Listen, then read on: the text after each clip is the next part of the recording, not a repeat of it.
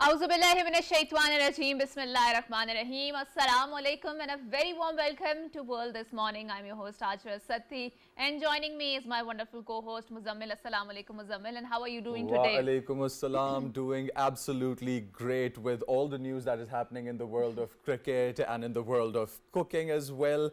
We've got a show lined up for you for all the enthusiasts of sport and food alike in today's episode. Also have a young guest for you to take inspiration from. Hajra, how are you doing? Alhamdulillah, I'm fine, but I think I'm experiencing a little bit of the Monday blues. But now we will move on to very, I would say, because India-Pakistan match is a match which is viewed a lot. The rivalry, feelings, yes, right? The emotions that are invested in that, and despite knowing the performance of our team, but I think we still go and watch them. Expectation is the root of all heartache, as they say, but winning and losing is all a part of the game. We're talking about India versus Pakistan, and we were expecting Pakistan to come up on top, but here we are, 6 wickets. India takes away the match. Earlier, Pakistan captain Mohammad Rizwan won the toss, and Mohammad Rizwan opted to bat first. With this, the innings began with Babar Azam and Imam ul Haq, who joined each other, but that was a very, very short partnership, which the Indian bowlers ended pretty quick, very, very early on. And for more on this, we are joined by our guest who is online with us right now. So why don't you think, Asha, should we go to Kashif Shabbir? Right, why not? So, Assalamu alaikum Kashif, and thank you so much for joining us. Wa alaikum assalam. Thank you very much for having me with you. Right, Kashif, so let's start with your analysis. I think we're all very disappointed. We are all very worn down by Pakistan's team performance. Sad. I mean, why are they unable to gel in as a team and perform? Why are they playing so individually? What do you have to say on that? Hajra, disappointment is a very small word when you talk about match that we witnessed yesterday. I think it all started after the tour of South Africa, because the team that we announced for the Tri-Nation Series and for the Champions Trophy was not up to the mark, and I still fail to understand that what was the reason why we changed the team, because that team performed exceptionally well. We won from Australia, we won from South Africa, and then we were expecting the same team to continue for the Tri-Nation Series and for the Champions Trophy, but the unforeseen incident happened with Saim Ayub, and everything went astray. I don't understand the reason why we selected this kind of a combination when we talk about the openers, when we talk about the spinner, the pace attack, because every team except for Pakistan, they opted for at least 2 to 3 regular spinners, but we just went with one regular spinner, and that was Abrar. Then we did not have any regular opener. We opted for Babar Azam to be as an opener, which disturbed the whole batting lineup, because the total batting lineup was, relying heavily on Babar Azam. And when you shift your main batsman from a genuine third position to an opener, everything was disturbed, and this is exactly what happened. So this was bound to happen. This result was bound to happen. It was writing on the wall, and this is exactly what happened. But a sheer disappointment, because we were waiting for this Champions Trophy for last 5 to 6 years, and such a big, hype was created for this Champions Trophy, but the result, sheer disappointment. Kashif, so as all of us, we are glued to our screens when it comes to India-Pakistan match. It's less of a match, more of a war kind of a situation where everybody's so heavily invested mentally and emotionally into this. What do you think that this improper selection? I also heard Shoaib Akhtar mention something. He said that we did not focus on building a team specifically for this match. What we did was took a couple of all-rounders, took a couple of batsmen, took a couple of bowlers. We just put them together, and there it is, our playing 11. We did not put our minds to it. What are your comments on, first of all, the captaincy, and then taking into account this comment by Shoaib Akhtar? I think the captaincy has nothing to do with this, because we all know that Rizwan is a very good captain. He can handle any difficult situation, but you need to give him a good team, a good combination so that combination can play well for Pakistan. As I mentioned earlier, that I fail to understand that after winning very difficult series from Australia and South Africa, What was the need of changing the combination, the team? Sufyan Mukim was not included in the side. He played exceptionally well in both the series. Then Irfan Niazi, he is a power hitter plus a very good fielder. We changed him. He was not in he was not in the team. So I think everything went wrong because of the combination. And Shoaib Akhtar is absolutely right, because if you are talking about Champions Trophy, a big tournament, then you have to have a proper team, a proper combination of a kind, so that every player should complement each other. But nothing was right or correct in this combination of Pakistan. If, as a sports analyst, you can give one message to the people sitting in the board who are making these decisions, what would your message be regarding team selection and the process involved? uh, merit should prevail. This is one word that we want to tell all the selected, the PCB management. Secondly, please rely on your domestic circuit. Rely on the talent that is available in the domestic system, and then bring that talent, groom that talent, bring it in the national team, and then you will see the change, the result coming out of the Pakistan team. Right, and Kashif, I would want you to please reflect and extrapolate on the performance of the Babar Azam. Why is he so much underperforming nowadays? I think he was the captain before, and to his credit, he has done some amazing. His performance was amazing.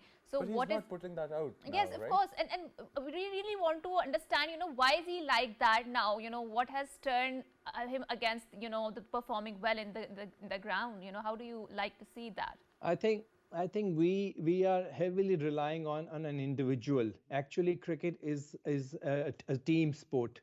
There are 5 to 6 batters available in the team. If one of the batter is not performing, the rest 5 or 6 should play their role. Uh, this is the reason why so much pressure is created on Babar Azam, and he is underperforming. Secondly, because we are shifting his position. He was playing at number 3 and he was performing at number 3. He has been scoring good runs at that position.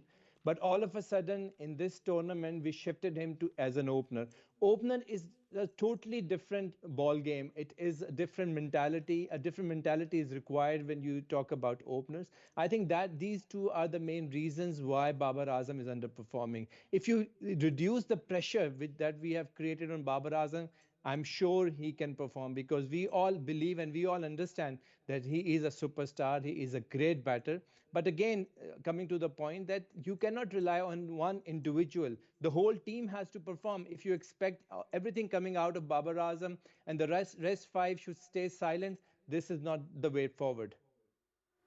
Right, and Kashif, let's also now focus, because we've talked about Pakistan's team underperformance in this match, but now let's also talk about the Indian cricket team's performance. How do you see their game plan, and what are some of the strengths that you've seen in their game play that we can emulate as a team, or generally, as an analyst, how would you describe their performance? I think number one, again, coming back to the combination, combination of Indian team is absolutely perfect. Every individual knows his role. What is the expectation of? I mean, what the team is expecting out of him. Let's start from Rohit Sharma. Rohit Sharma is not, accumulating bundle of runs, but whatever he's scoring for the team. He is maintaining a strike rate of 150, 160, and this is exactly what is required from him for the team. And secondly, Shubman Gill, he is in the best of his form. He is performing well. So if you talk about the first power play in all the matches, the Indian team, they score at around 6 or 7 runs per over, and that set a momentum for the team to follow. Then Virat Kohli, he knows what is his position, what is his role, and he plays accordingly. Secondly, the total combination, the team selection is absolutely perfect, because they knew what kind of wickets will be given to them. So they had around 2 to 3 spinners, regular spinners available with them. So that is the key why the Indian team is so successful. The pacers, they are also performing. So all the team is gelled together, and they are playing together for last 1 or 2 years. I mean, this combination is running very successfully for Indians, and they opted for the same combination for this mega event.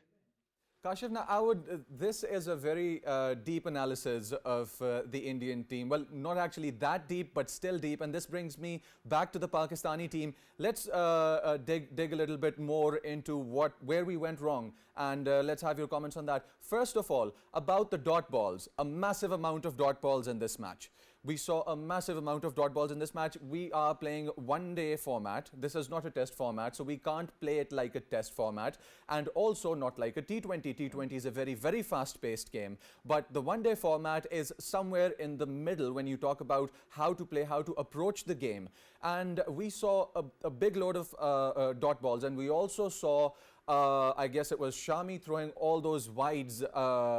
What would be your comment on the strategic failures where we failed to come up with a good strategy? What would be your comments on that? I think number one, the whole team is underconfident, and when the team is underconfident, especially the batters are underconfident, they go into the survival mode, and this is exactly what happened. Babar Azam was surviving. He was trying to survive on the wicket. Same is the case with Imamul Haq. And despite the fact that we lost 2 early wickets, Saud Shakil and Rizwan, they strengthened the batting lineup and they took the score to around 130, 150 runs. In 30 overs. That was the time when accumulation was required from these two players. But then they just threw their wickets away and put the pressure on the tail-enders, on the rest of the batters. I think that is where the problem started. But the main problem is underconfident of the whole team. The team is there just to survive or to stay there on the wicket. This is not exactly what is required from the players. Right, and Kashif, now let's also analyze the performance of the Khushdil Shah, because he came at number 7 and he played a brilliant innings of 38 runs, helping the team reach a total of 241 runs. So do you feel that because in his the last performance, I think he played really well. So do you think that if we change the batting order, that could help also save us a game? How do you analyze the performance of Khushdil Shah? First of all, I think Khushdil Shah was the weakest link of the team, and his selection in the team was also a big question mark. But the way he performed, the way he batted is exceptionally well. He batted well against New Zealand. Again, he batted well against India. I think the position he was placed in, it is the correct position. You cannot change the position by just one or two performance of an individual. This is exactly where he should have been playing, and he played at the right position. But he did not have a partner with him who can take the inning along, or who can make more score for Pakistan. But I think, again, coming back to the selection of Khushdil Shah, in my opinion, was not correct. Instead of Khushdil Shah, it should have been Irfan Niazi, because he was performing well in the last 2 series. Maybe he could have given more strength to the Pakistan team. But despite the fact, you cannot rely on one individual. If Khushdil Shah was performing well, the rest of the batters should have performed well as well. But they did not. So the platform was not set for the batters, for the Pakistan team. And on these kind of wickets, 240 or 250 is not good enough to defend.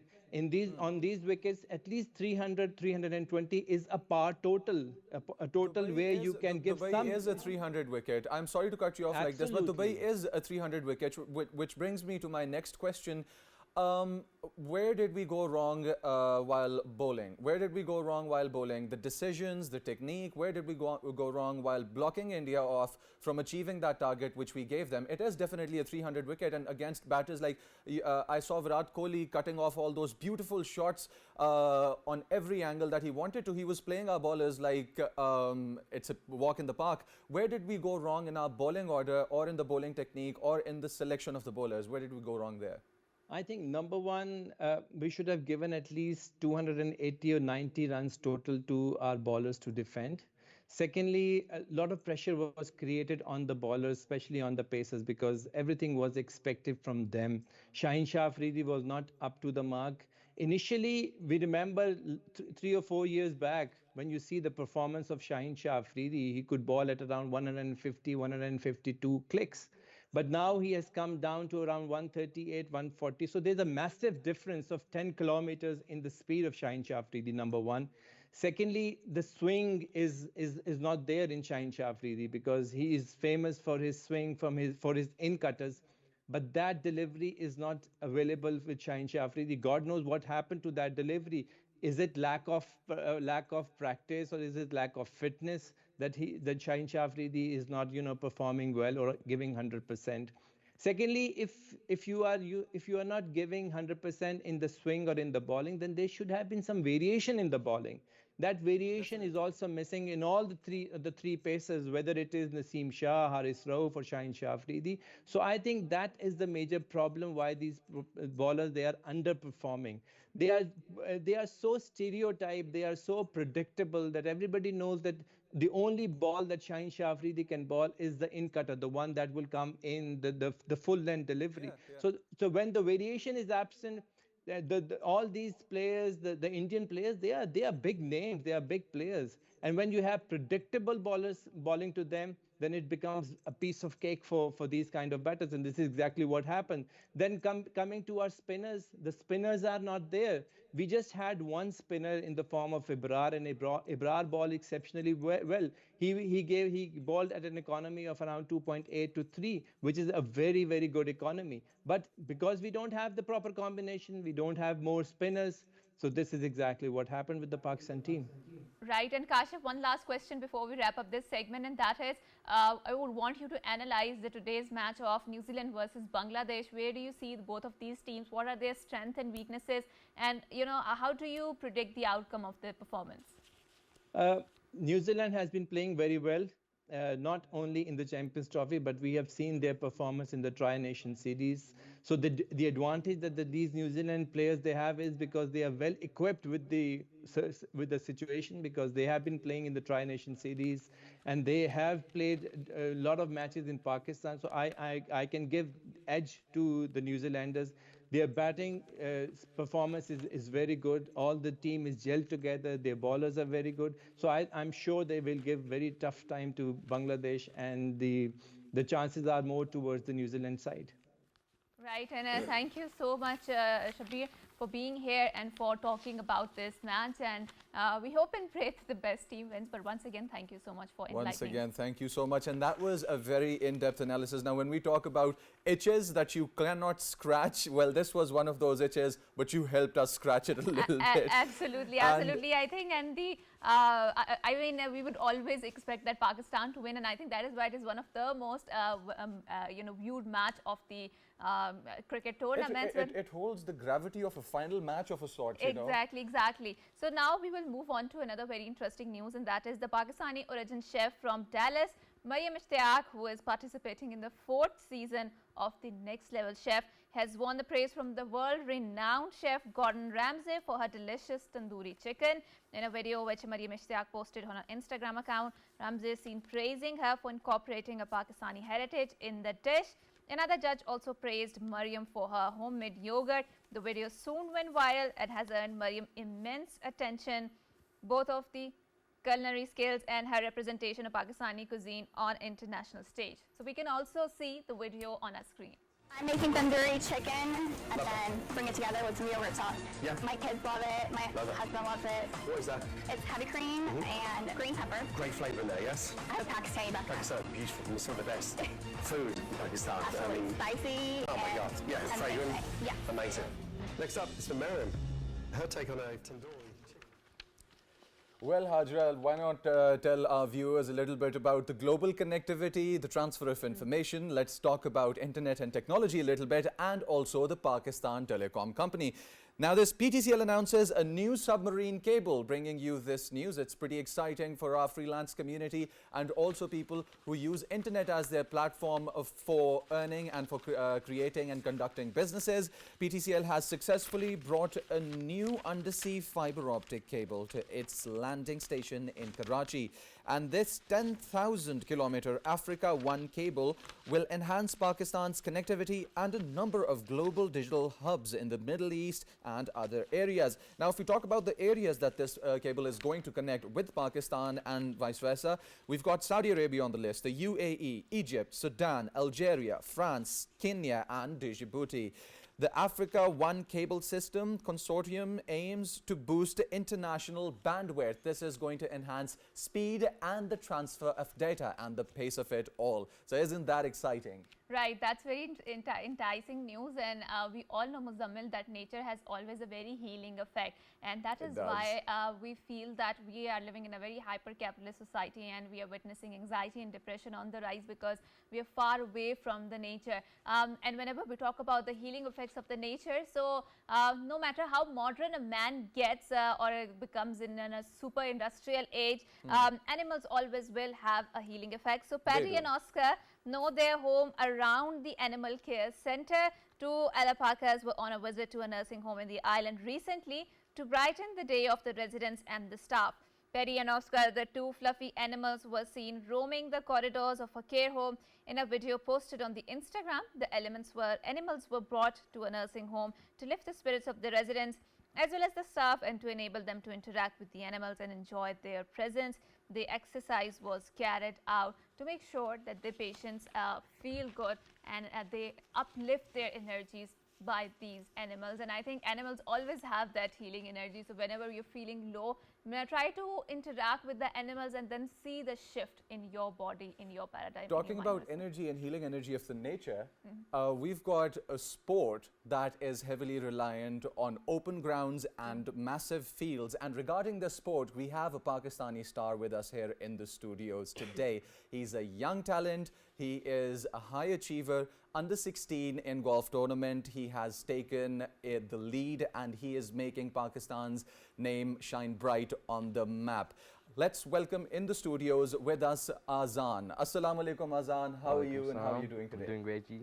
Thank you for having me. Right, and Azaan has won the under 16 championship for the golf tournament. So Azaan, take us through your journey. You know, why were you inspired to take golf as a sport? Because we know that cricket is something that is Pakistanis are crazy about it. So why not cricket? Why golf? So I just at a very young age, at the age of 5 years old, I suddenly developed an interest for golf. And that basically started my whole journey. I've been playing golf since then, and I started playing on an amateur levels since 2022, and I have been going on since. Right, and Azaan, so golf is not a very, affordable sports to play. It's an expensive game, and not everyone has the ability or access towards this sport. So tell us about your training routine. Because you're also studying. How do you balance between the two, between the sports and between the studies? And what is your routine generally? So it's a challenging task to do, managing my studies and golf, but both are equally important to me, so I have to manage it out. So I would say I would play golf 3 to 4 times a week. Okay. And I study along. It's equally important to me, and that's how I do it. I can't play golf every day. I need to do well in studies as well as golf. So that's basically how I manage it. MashaAllah, such a responsible mindset for such a young gentleman.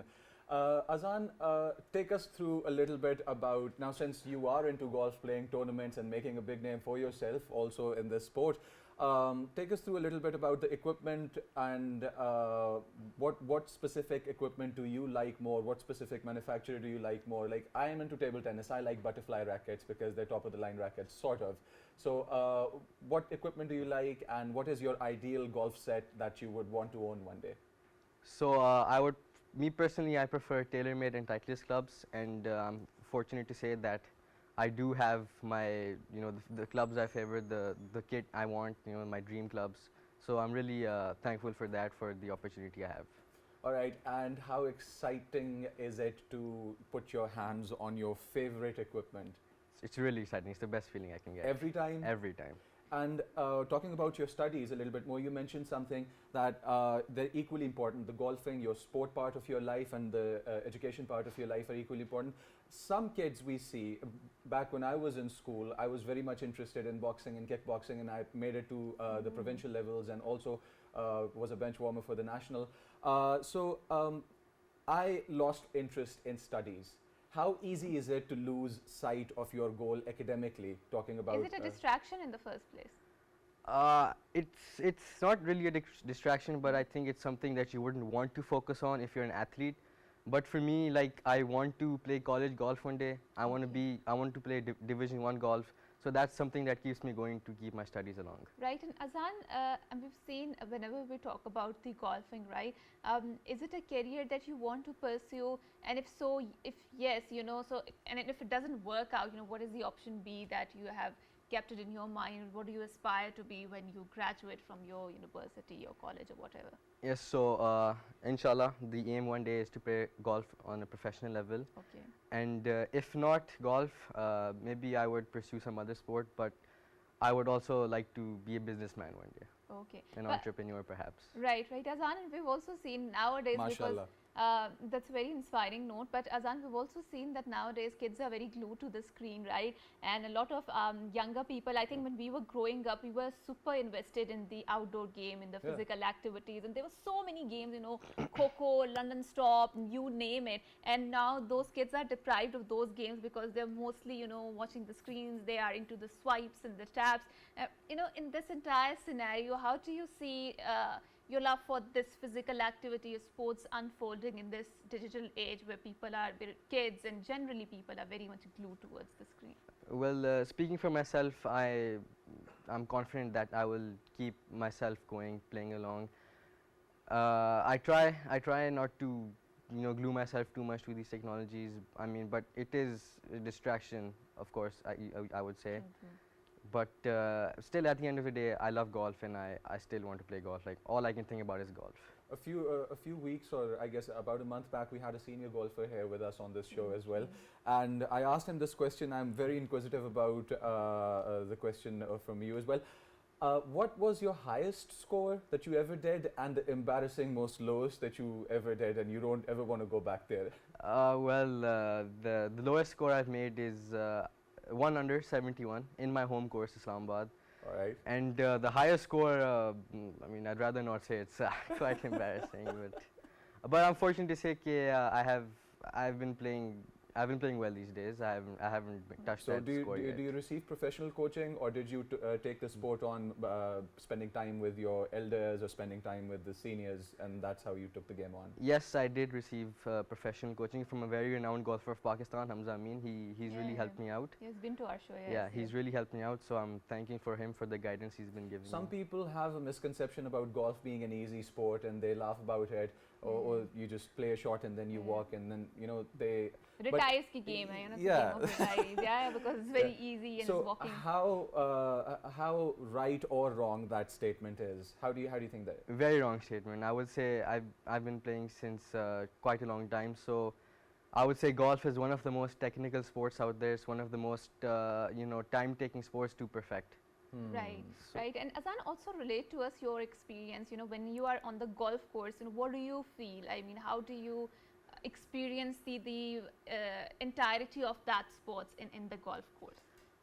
The golf course is where I feel like I belong, so I love being there. I enjoy my time there. Like every hour I can get, I would love being there. When I used to step on the mat for my training, all thoughts would go silent. Like in the gym, in the club, Yes, on the very mat, right. my mind would be so much at peace in that activity. Does golf have that effect on you as Yes, well? certainly it does. Does the mind go silent? Silent. So that is your answers. There is your answer to the anxiety that you experience. We have an absolute talent, a young gentleman. He's exceptionally well spoken. He's very focused on his studies. If you want to juggle your sport and if you want to juggle your studies together, that is very possible. And if you want to stay at peace at your heart and mind, you need to practice a sport because it silences the mind, and we need that space in our lives. How important do you think in your age group is it to practice such activities which silence the thoughts in your mind? Because being a young, energetic man, a lot goes on in your mind about the future, about what you'll become, how you'll support the family, and all of that burden of the future that comes to your mind. How important do you think it is to keep young people away from depression and anxiety and tension? How important do you think that is? Yeah, you mean, you're very right. It's extremely fundamental to, you know, to play sports along that silence your brain, that provide you therapy, you could say. So yes, I think. Do you get worried about life? I do, yes. About my future, yes. About your future? About my What's future. one of your fears? Maybe not getting accepted to my dream college, which is Stanford. I mean, that's my dream college. That's one Alright. thing that I'm scared of not being not achieving. Of not achieving? Yeah. So you're preparing for your SATs? Yes, certainly. And do you find them easy or hard? I have some time till my SATs. I'm still in O levels, but Right. maybe in the coming years. I mean, in the coming years, I will be doing my SATs. I am pretty sure you wouldn't have any problem with the language part of it. How good are you at maths? Because I never liked maths. Maths, Such a headache. yeah. I used to enjoy maths quite a lot, but Right. you know, obviously growing up, it becomes a harder subject. Mhm. I still enjoy it. My teacher, you know, I have a really great teacher. She's very helpful. She's very helpful for me. Mm. But there are a few parts of maths that I don't understand. But I mean, maths is all practice. So I mean, I'm hoping that I practice and you know I perform well in the exams. And I Way to generally go, think, that's the mindset. right, and I generally think that you know, boys are generally very intelligent in maths. I don't know, this is some sort of the perception that I have. You know, their mind is not. very intelligent. I was a very dull light bulb flickering in my maths class, just barely functioning. I never liked the maths. But thank you so much, Azaan, for coming here, for sharing your journey with us. And now we will move on to another very interesting news, and that is that Microsoft has launched a quantum computing chip. Microsoft has launched a new chip called the Majorana one, which is, it says, proves that the quantum computing is years and not decades away. With this, Microsoft has joined Google and IBM in predicting that a basic change in computing technology is much closer than earlier believed. Microsoft uses the fermions in its chip, which helps erases the errors that have plagued quantum computing. And experts are of the view that this development positions Microsoft at the forefront of the quantum research. And my word, I mean, the way the world is moving, it is such a rapid and in a fast-paced world, and these development, these innovations, It is moving at the speed of light itself. Allow me to tell our viewers a little bit about this quantum computing and what it is all about. Well, you take 6 different questions and you put one computer to solve those 6 different questions. Doesn't matter how fast the chip in your computer is, it's going to solve equation number 1 and then 2 and then 3 and then 4. Some might solve it faster, some might solve it slower. But talking about quantum computing, a quantum chip can solve 6 of those equations all in the single instant where it will solve 1. So we are talking about trillions and hundreds of trillions worth of calculations being taken care of in a matter of seconds, and it goes deeper than that. This can lead to finding potential cures of cancer, of problems like diabetes. It has massive implications in the agricultural industry. We are looking at the future in the very near, in developing in a direction which we would only see in sci-fi movies. This is big news. True, that's very big, and I think that might be also very scary, because there are lots of conversations that how that might lead to the, instead of salvation for the humanity, the domination of the machines over the humans. But I guess these are all fears, and this has nothing to do substantially with the reality or with how the future will unfold. But moving on to another very interesting news, and that relates to that in Bolivia, there's a carnival that thousands of musicians play together at the opening of the carnival. The Oruro Carnival opened in an extraordinary symphony of sound in Bolivia, when at least 70 bands and over 5,000 musicians performed together to mark the 23rd edition, dedicated to Bolivia's festival. Featured a vibrant display of synchronized instruments and dances, and the UNESCO describes that festival as a vibrant cultural festival held annually that blends pre-Columbian and Christian traditions through music, dance and elaborate costumes. It is also recognized as a World Heritage event due to its rich cultural significance, historical continuity and the preservation of the Andean and colonial influences. You know, that's quite a interesting redemption of the cultures, and I think this is one of the very interesting aspect of how these carnivals, these festivals dominate the public spaces, and where people can go out there and express themselves and enjoy generally the life. The visuals that our viewers saw on the screen here, the beauty of human interaction, that is one thing that I don't think AI can ever replicate. Absolutely. Now, talking about the natural beauty of this world that has been created by Allah subhanahu wa ta'ala, let's talk about what goes on underwater. Spanish photographer Alvaro Herrero has been named the underwater photographer of the year of his photograph that was taken in French Polynesia, which shows a humpback whale with her calf.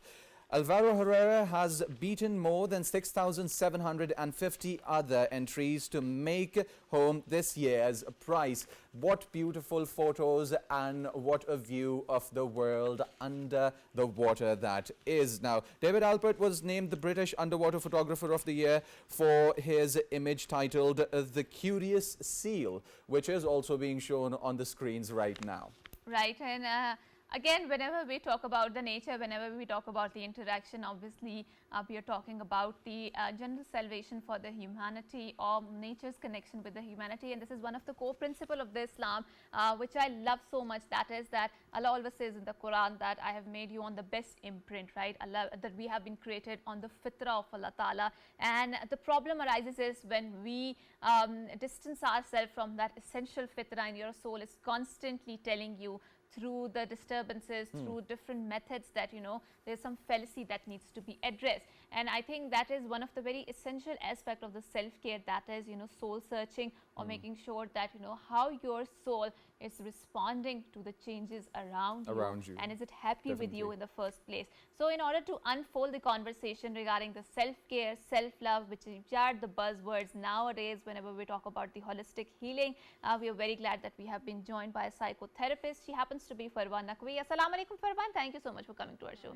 You're most welcome. Right. So FARWA, let's unfold this conversation. Whenever we talk about self-care, self-love, these are the buzzwords that resonates with millennials, with Gen Z a lot, right? How do we bring our parents' generation, because I think they need self-care, self-love more than us, because the traumas and the generational patterns that they're unable to break. And before you answer that, there is a hard callus that they're wearing. How to break that? How to get to them? So I think you, before keeping the question out there, I think you put it beautifully that holistic healing and all of the soul searching and beautiful words that you've been using, but we don't really actually know what all of these means. I mean, like for different people these can be different, but as human beings we have different aspects to ourselves. Self-care generally is considered just the physical aspect. If you're getting your nails done and you've bathed properly and you've got the manicure pedicure, people think that that's self-care. But because a human being has different aspects, we have an emotional self, as you said, we have a spiritual aspect towards ourselves, and we have a social life, we have a work life, professional.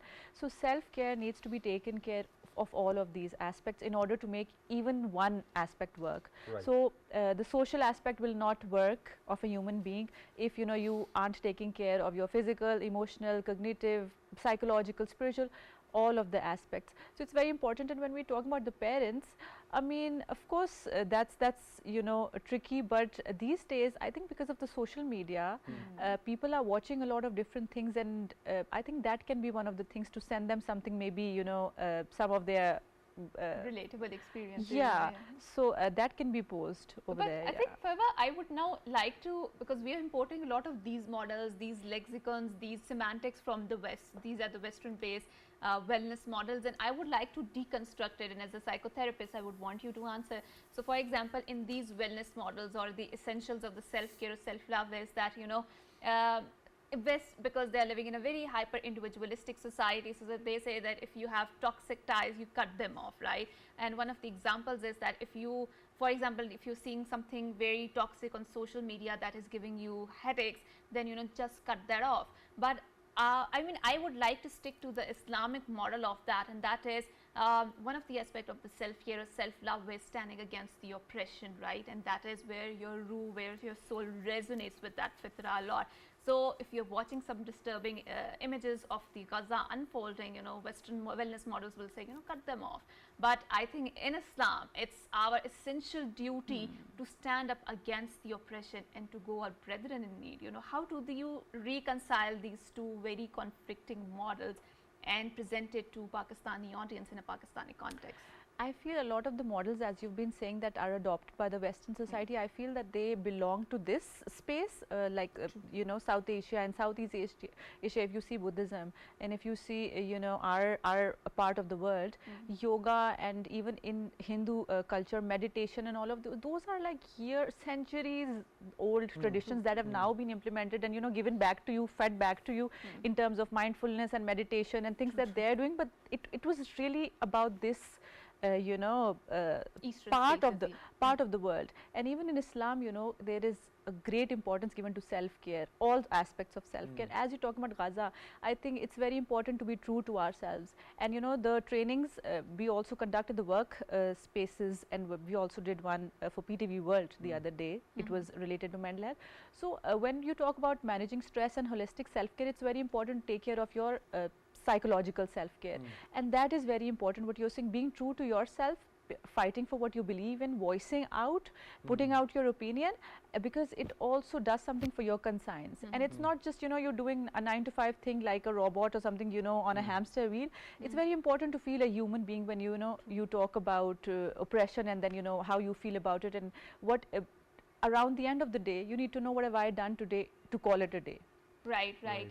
And thank you so much, FARWA, for shedding light on such an important aspect, important concept. And I think as Muslims, as someone who are living or inhabiting the space of the Eastern societies, we also need to be mindful of the context in which we are operating, because a lot of younger people, millennials, Gen Z, they are adopting the language or the lexicon or semantics which are coming from the West, but they were tailored for the Western audiences, and we might not experience that. So whenever you are adopting these foreign ideologies, make sure that they are not invasive foreign ideologies. And I generally feel that as a Muslim, whenever I read an Islamic tradition, they are so rich in the intellectual tradition that I don't need to borrow these ideologies from the West. There's a spiritual depth. And I mean, treasure trove of literature already available in my own religious tradition. Before we close, just one sentence for our younger viewers. We are living in a world of information. You need to safeguard your mind, you need to safeguard your thoughts and also your souls. Your lives are precious, your well-being is precious. Take care of yourself, and Ma'am Hajra. Allah Hafiz ji. Until next time. Until next time.